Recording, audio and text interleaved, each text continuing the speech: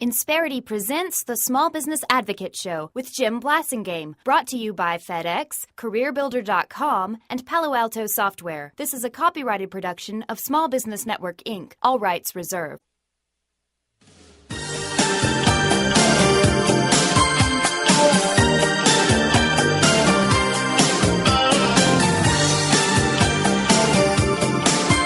We're back. It's 23 after the hour. Thank you very much for joining me. Thanks for hanging out with me. I'm Jim Blasingame, and my website is smallbusinessadvocate.com. Please check it out when you get a chance. Don't forget to subscribe to my free newsletter. Don't forget to take the poll question. Right there on the homepage, we got a new question every week. We want to know what you think. And when you click your answer, you'll see how the poll is going so far. Don't forget to check out the video. Every week we post a new video up on the website, and we'll have a new one up there today. So check that out. Having a great visit with our good friend Olalah Njenga. She's the author of 37 What Were They Thinking Moments in Marketing. She's the founder of Yellowwood Group. That's her business that she founded, that she created from scratch. Olalah, tell us how we can find you online, please. To yellowwoodgroup.com, or my personal play space, I like to call it, is olalah.com. Olalah.com. Yep, just like it sounds.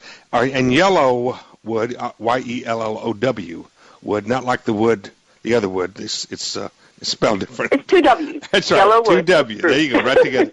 We're talking about just like a tree. We're talking about women in the marketplace, women business owners, and the statistic that's been published that less than 2% of $1 million companies in the U.S. are women-owned, even though almost 50%, Olalah, of businesses in America are women-owned.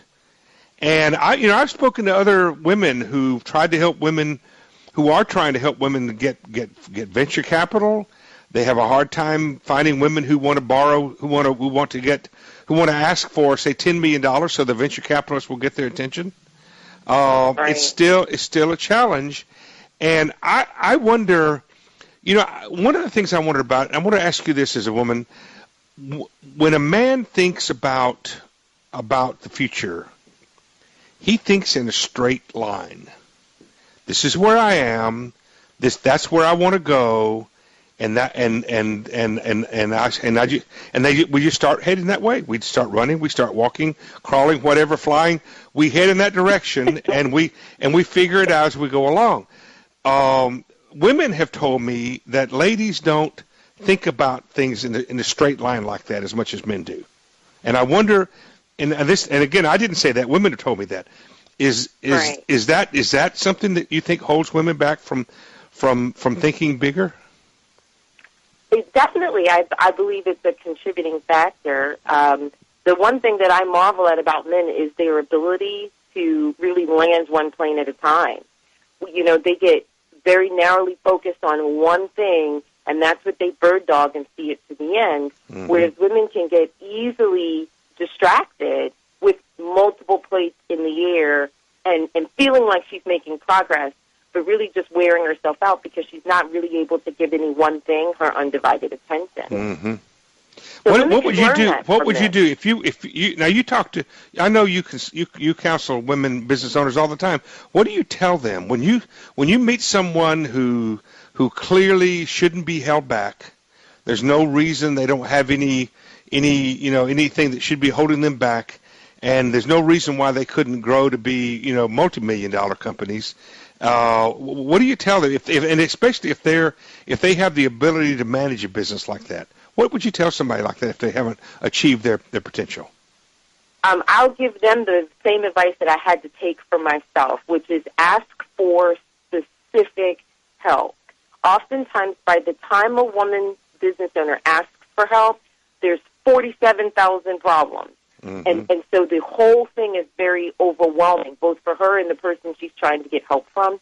So breaking down what you need help into smaller chunks and being able to articulate, this is what the problem is, this is the resolution that I'm looking for.